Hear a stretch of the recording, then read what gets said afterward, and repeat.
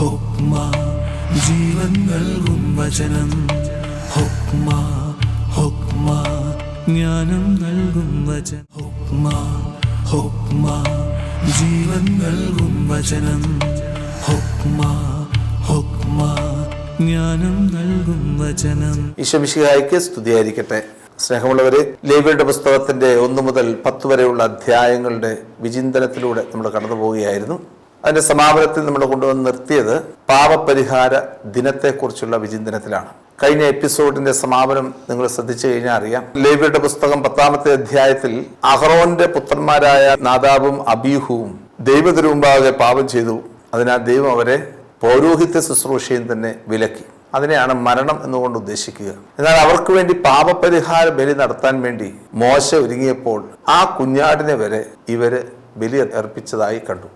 അതുകൊണ്ട് ഒരു പാപപരിഹാര ബലിയിലേക്ക് കൊണ്ടുപോവുക എന്നുള്ളത് എത്രമാത്രം ആവശ്യകരമായിരുന്നു. അങ്ങനെയാണ് 16-ാമത്തെ അധ്യായത്തിൽ പാപപരിഹാര ദിനത്തെക്കുറിച്ചുള്ള വിചിന്തനങ്ങൾ നടക്കുക. അതിങ്ങനെയാണ്. യോം കിപ്പൂർ എന്ന് പറയുന്ന തിരുനാൾ കഴിഞ്ഞ എപ്പിസോഡിൽ നിങ്ങൾ കൂടുതൽ ശ്രദ്ധിച്ചിരിക്കും.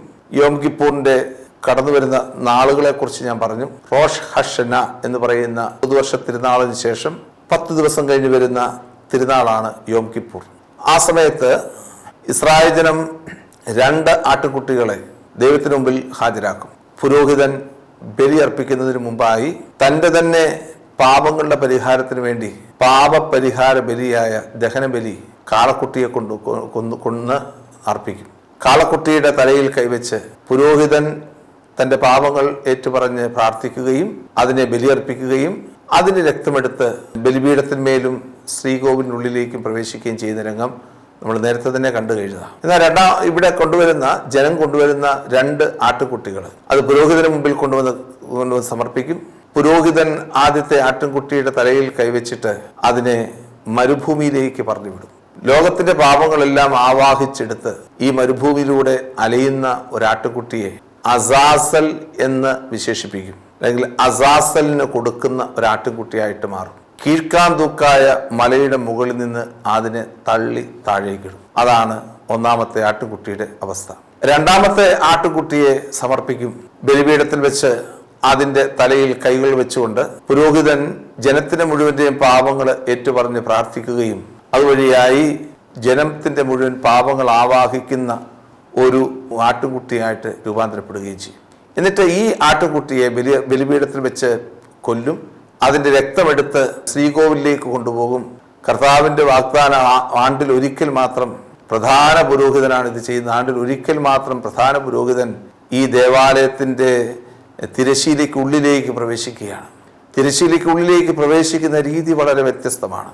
ദേഹം മുഴുവൻ പ്രധാന പുരോഹിതന്റെ വസ്ത്രമണിഞ്ഞ് എല്ലാ വസ്ത്രങ്ങളും അണിഞ്ഞ് ആണ്ടിൽ ഒരിക്കൽ മാത്രം പ്രവേശിക്കുന്നതാണ്. അതിവിശുദ്ധ സ്ഥലമാണ്, ചെറിയൊരു സ്ഥലമാണ്.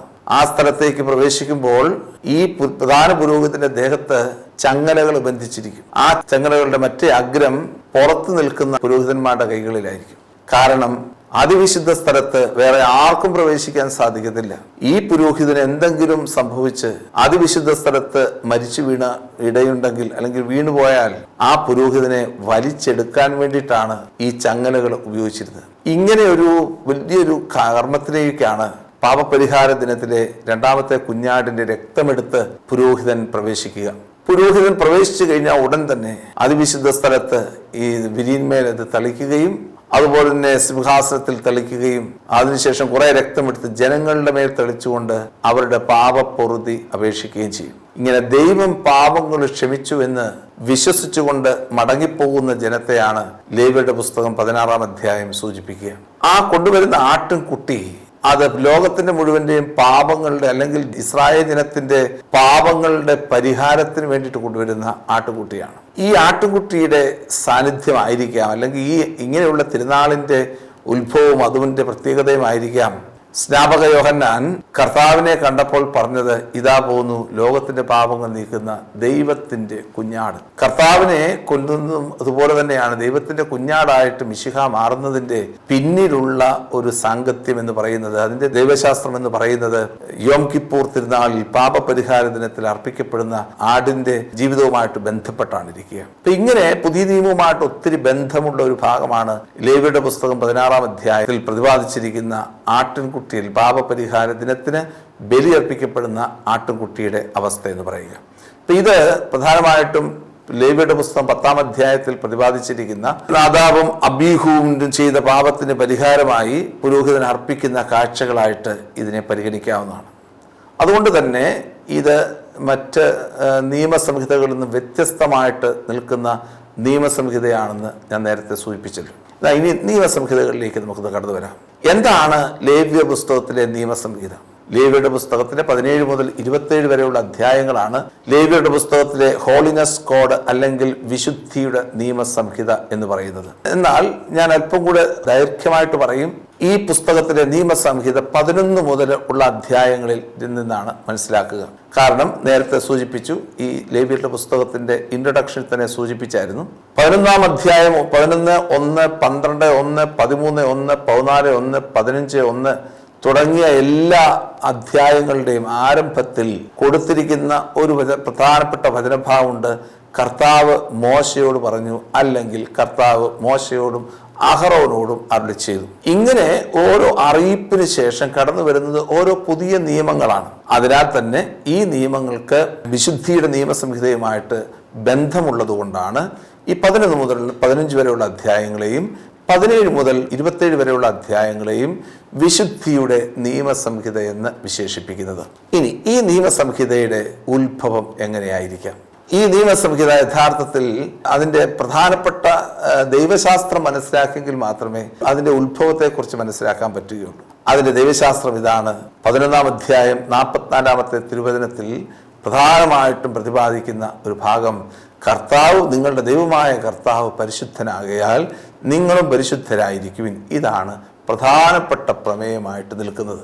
അതുകൊണ്ട് തന്നെ കർത്താവിൻ്റെ പരിശുദ്ധിയെ മുൻപിൽ നിർത്തിക്കൊണ്ട് ആണ് ഈ പ്രമാണങ്ങളെല്ലാം രചിക്കപ്പെട്ടിരിക്കുന്നത്. 17 മുതലുള്ള അധ്യായങ്ങളിൽ, പ്രത്യേകിച്ച് 18, 20, 21, 22 തുടങ്ങിയ അധ്യായങ്ങളിലെല്ലാം നമുക്ക് കാണാൻ സാധിക്കുന്ന ഏറ്റവും പ്രധാനപ്പെട്ട ഒരു വാക്കാണ് കർത്താവായ ഞാനാണ്, ഞാൻ കർത്താവാണ്, അല്ലെങ്കിൽ നിങ്ങളുടെ ദൈവമായ കർത്താവ് പരിശുദ്ധനാണ്, പരിശുദ്ധനായ കർത്താവ്. ഇങ്ങനെ നിരന്തരമായിട്ട് കർത്താവിൻ്റെ പരിശുദ്ധിയെക്കുറിച്ചും കർത്താവിൻ്റെ പ്രത്യേകതകളെക്കുറിച്ചുമൊക്കെ നിരന്തരം പറഞ്ഞു മനസ്സിലാക്കി തരുന്ന ഒരു തിരുവചന ഭാഗമാണ് പ്രത്യേകിച്ച് ലേവ്യരുടെ പുസ്തകത്തിൻ്റെ നിയമസംഹിത എന്ന് പറയുക. അപ്പം 2 കാര്യങ്ങളാണ് ഓർക്കുക. ഒന്നാമത്തെ കാര്യം നമ്മൾ പ്രധാനമായിട്ടും പറയുന്ന ഈ കർത്താവിൻ്റെ പരിശുദ്ധിയെക്കുറിച്ചുള്ള നിയമസംഹിത, അത് കർത്താവിൻ്റെ പരിശുദ്ധി വെളിവാക്കുന്ന അനുഭവമാണ്. രണ്ടാമത് കർത്താവാണ് ഞാൻ എന്നുള്ള ആ പ്രൊക്ലമേഷൻ നമ്മളെ ഓർമ്മപ്പെടുത്തുകയാണ്. കർത്താവാണ് ഞാൻ അനി അദോണായി എന്ന് പറഞ്ഞു കഴിഞ്ഞാൽ തന്നെ അത് ദൈവത്തിൻ്റെ വെളിപാടിനെയാണ് സൂചിപ്പിക്കുക. പുറപ്പാടിന്റെ പുസ്തകം 12-ാമത്തെ അധ്യായത്തിൽ നമ്മൾ കണ്ടു, കുഞ്ഞാടിനെ കൊന്നതിന് ശേഷം പെസഹ ആചരണത്തിന് ശേഷം ആ പെസഹായെക്കുറിച്ച് തന്നെ പറയുകയാണ്, ആ കുഞ്ഞാടിനെ കുറിച്ച് പറയുകയാണ്, അനി അദോണായി, ഞാൻ ദൈവമാണ്. എന്നിട്ട് പറയുകയാണ്, ഞാൻ ഇതാ നിങ്ങളുടെ ഇടയിലൂടെ നടന്നു പോകും എന്നൊക്കെ പറഞ്ഞുകൊണ്ടാണ് പറയുന്നത്. അതുപോലെ തന്നെ പുറപ്പാടിന്റെ പുസ്തകത്തിന്റെ 7-ാം അധ്യായം 7 മുതൽ 10-ാം അധ്യായം 25 വരെയുള്ള തിരുവചനങ്ങളിൽ പ്ലേഗ് നറേറ്റീവ്, ഇസ്രായേൽക്കാർ അനുഭവിക്കുന്ന ബാധകളെ, 10 ബാധകളെ കുറിച്ച് പ്രതിപാദിക്കുന്ന അവസരത്തിൽ പ്രധാനമായിട്ട് പറയുന്നത് അനി അദോണായി വിദൈത്തം കി അനിയതോ let them know that I am Yahweh. ഇങ്ങനെ ദൈവത്തിൻ്റെ ശക്തമായ സാന്നിധ്യത്തെയും ദൈവത്തിൻ്റെ ശക്തമായിട്ടുള്ള അത്ഭുതത്തെയും അടയാളത്തെയും സൂചിപ്പിക്കാൻ വേണ്ടിയിട്ടാണ് ഈ വചനഭാഗം ഉപയോഗിക്കുക. അതുകൊണ്ട് ഇത് രണ്ടും തന്നെ യഥാർത്ഥത്തിൽ ഇതിൻ്റെ ദൈവശാസ്ത്ര ഭാഗമായിട്ട് മനസ്സിലാക്കാൻ പറ്റും. ഇനി ഇതിൻ്റെ പശ്ചാത്തലത്തിലേക്ക്, ഹിസ്റ്റോറിക്കൽ പശ്ചാത്തലത്തിലേക്ക് നമുക്കൊന്ന് വരാം. ചരിത്രപരമായിട്ട് നോക്കുമ്പോൾ ഈ വചനഭാഗം എഴുതപ്പെടാൻ ഇടയുള്ള ഏറ്റവും പ്രധാനപ്പെട്ട സ്ഥലമെന്ന് പറയുന്നത് നേരത്തെ സൂചിപ്പിച്ചതുപോലെ എല്ലാ നിയമങ്ങളും ക്രോഡീകരിക്കപ്പെട്ടിരിക്കുന്ന ബാബിലോൺ പ്രവാസ കാലഘട്ടമാണ്. ബാബിലോൺ പ്രവാസ കാലഘട്ടത്തിൽ എന്തൊക്കെ വേണം ഇസ്രായേൽ ജനത്തിന്? ഇസ്രായേൽ ജനം മറ്റ് ദേശക്കാരിൽ നിന്ന്, രാജ്യക്കാരിൽ നിന്ന് സെപ്പറേറ്റ് ചെയ്യപ്പെടണം. അത് അത്യാവശ്യമാണ്. അതില്ല എങ്കിൽ ഇസ്രായേലിന് നിലനിൽപ്പുണ്ടാവുകയില്ല. ഒരു സെപ്പറേഷനാണ്, ഇസ്രായേലും മറ്റ് ദേശക്കാരും തമ്മിലുള്ള സെപ്പറേഷനാണ് ഈ നിയമങ്ങളുടെയൊക്കെ ഉത്ഭവത്തിന് കാരണമായിട്ട് നിൽക്കുന്നത്. മറ്റ് നിയമസംഹിതകളൊക്കെ ഉണ്ട്. Ancient near eastern culture society, ആ ഏൻഷ്യൻ നിയർ ഈസ്റ്റേൺ കൾച്ചറിൻ്റെ ഭാഗത്ത് നോക്കിക്കഴിയുമ്പോൾ പല നിയമസംഹിതകളും ആ കാലഘട്ടത്തിൽ സുമേറിയൻ സംസ്കാരത്തിലും ഹമുരാബിയുടെ സംസ്കാരത്തിലും ഹിത്യരുടെ ട്രീറ്റിയിലും ഒക്കെ കാണാം. ഇതൊക്കെ പല നിയമസംഹിതകളുണ്ട്. പ്രത്യേകിച്ച് ഡയറ്ററി ലോസ്, അതായത് ഭക്ഷണത്തെ സംബന്ധിക്കുന്ന നിയമങ്ങൾ, അതുപോലെ തന്നെ ശരീരത്തിന്റെ ശുദ്ധതയെ സംബന്ധിക്കുന്ന നിയമങ്ങൾ. ഇതെല്ലാ നിയമങ്ങളും ഓരോ കൾച്ചറിലും ഓരോ സൊസൈറ്റിയിലും ഉണ്ട്. ചില സ്ഥലങ്ങളിലൊക്കെ ചില ഭക്ഷണം കഴിക്കാൻ പറ്റത്തില്ല, അല്ലെ? ചില സ്ഥലങ്ങളിലൊക്കെ ചില ഭക്ഷണങ്ങളൊക്കെ വിരുദ്ധാഹാരമാണ്. ഈ നിയമങ്ങളൊക്കെ കടന്നു വരുമ്പോഴൊക്കെ പറയുന്നതിൻ്റെ പ്രധാനപ്പെട്ട കാരണം യു ആർ സെപ്പറേറ്റഡ് എന്നുള്ളതാണ്. അതുകൊണ്ട് ഇസ്രായേലിനെ മറ്റ് ദേശങ്ങളിൽ നിന്ന്, രാജ്യങ്ങളിൽ നിന്ന് സെപ്പറേറ്റ് ചെയ്യപ്പെടാൻ വേണ്ടിയിട്ടാണ് ഈ നിയമങ്ങൾ പ്രധാനമായിട്ടും ഉപയോഗിച്ചിരിക്കുന്നത്. കാരണം ബാബിലോൺ പ്രവാസ കാലഘട്ടത്തിൽ ഇസ്രായേൽ എന്ന് പറയുന്ന ജനം മാത്രമല്ലായിരുന്നു ബാബിലോണിലെ പ്രവാസികളായിട്ട് പോയത്.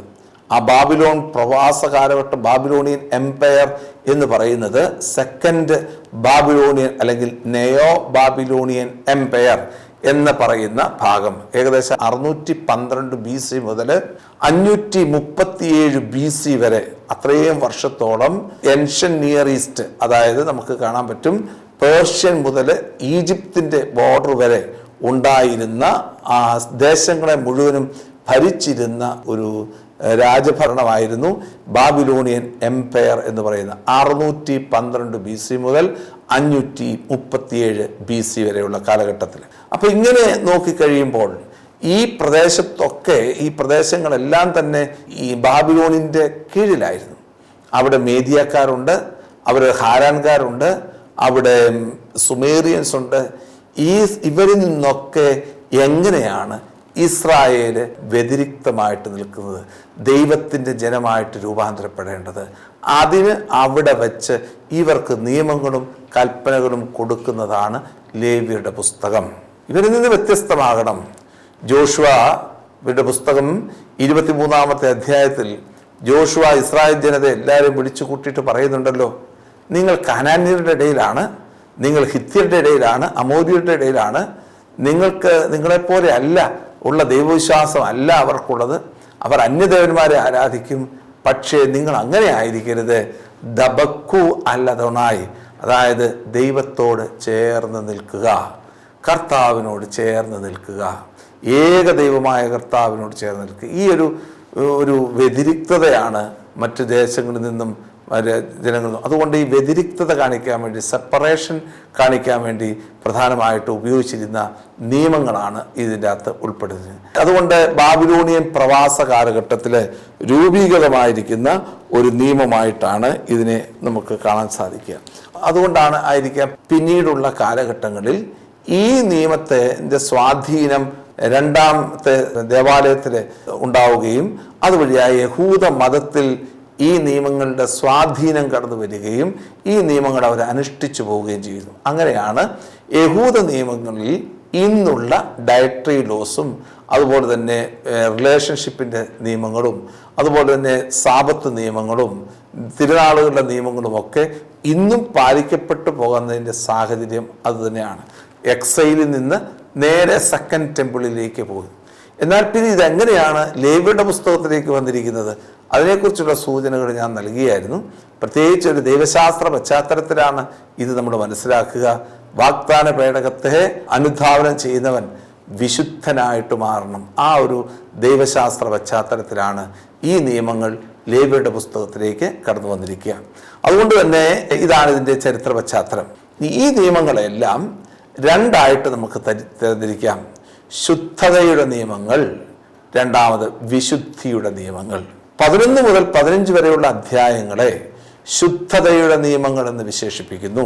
എന്നാൽ 17 മുതൽ 27 വരെയുള്ള അധ്യായങ്ങളെ വിശുദ്ധിയുടെ നിയമങ്ങൾ എന്ന് വിശേഷിപ്പിക്കുന്നു. എന്താണ് ശുദ്ധതയുടെ നിയമവും വിശുദ്ധിയുടെ നിയമവും തമ്മിലുള്ള വ്യത്യാസം. രണ്ട് പദങ്ങളും ഒരുപോലെയാണെങ്കിലും രണ്ടിനും വ്യത്യാസമുണ്ട്.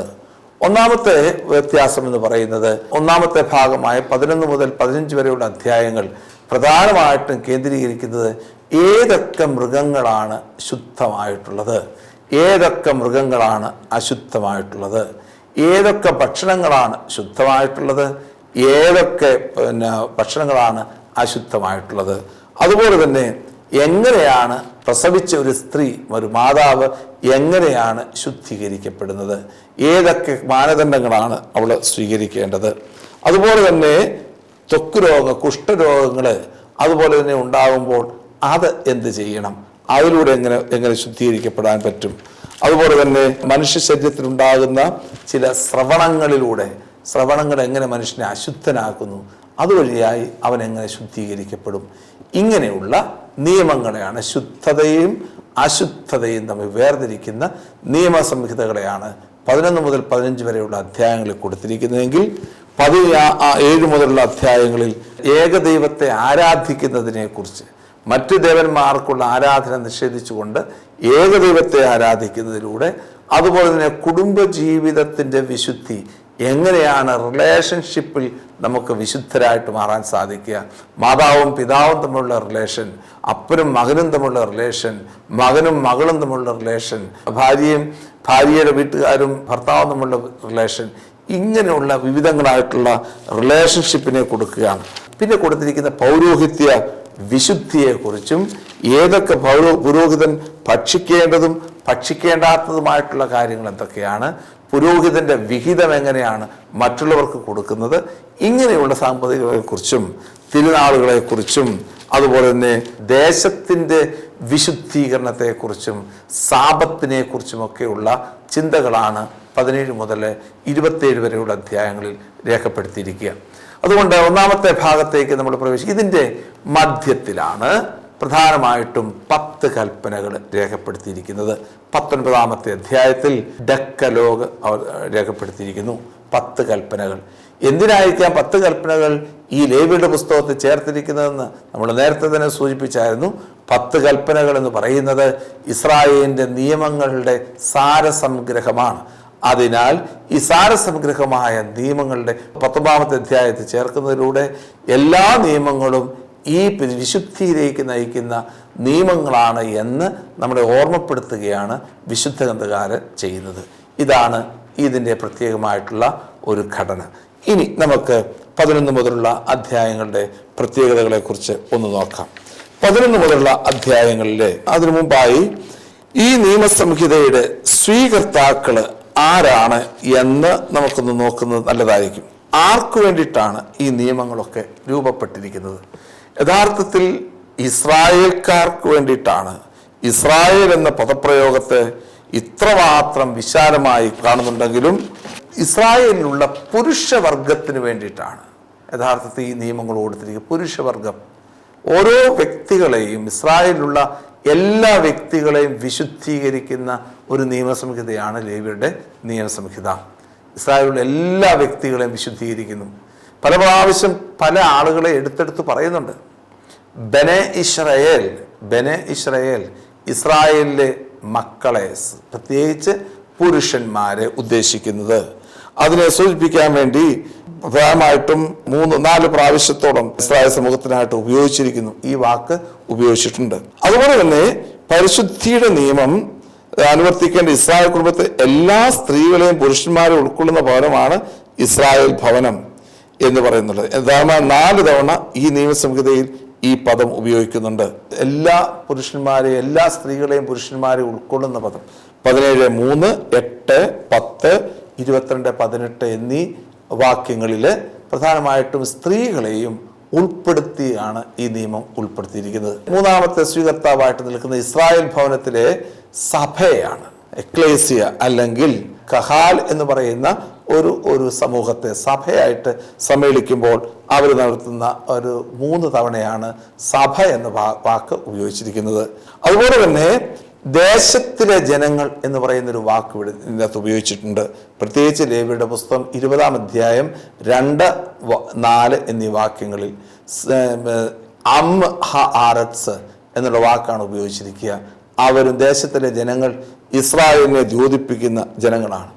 അങ്ങനെ എല്ലാ ദേശക്കാരെയും ആരെയും വ്യത്യാസമില്ലാതെ എല്ലാ ദേശക്കാരെയും ഉൾപ്പെടുത്തി ഇസ്രായേൽ സമൂഹത്തിന് മുഴുവനുമായിട്ട് നൽകപ്പെടുന്ന ഒരു നിയമസംഹിതയാണ് യഥാർത്ഥത്തിൽ ഈ വിശുദ്ധിയുടെ നിയമസംഹിത എന്ന് പറയുന്നത്.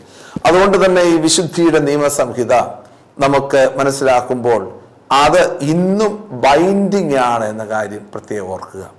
അത് എങ്ങനെയാണ് ബൈൻഡ് ചെയ്യപ്പെടുന്നത്? അത് ഇസ്രായേലിന് മാത്രമല്ല, വിശുദ്ധ ഗ്രന്ഥത്തെ ഫോളോ ചെയ്യുന്ന എല്ലാവർക്കും ഇത് ബൈൻഡിങ് ആണ്. ഇതിൻ്റെ തീം ഇസ്രായേലിൻ്റെ മതജീവിതവുമായി സാമൂഹ്യ ജീവിതവുമായിട്ട് ബന്ധപ്പെടുന്നുണ്ടെങ്കിൽ തന്നെയും ഇതിനുള്ളിലുള്ള ദൈവശാസ്ത്രം വളരെ വ്യത്യസ്തമാണ്.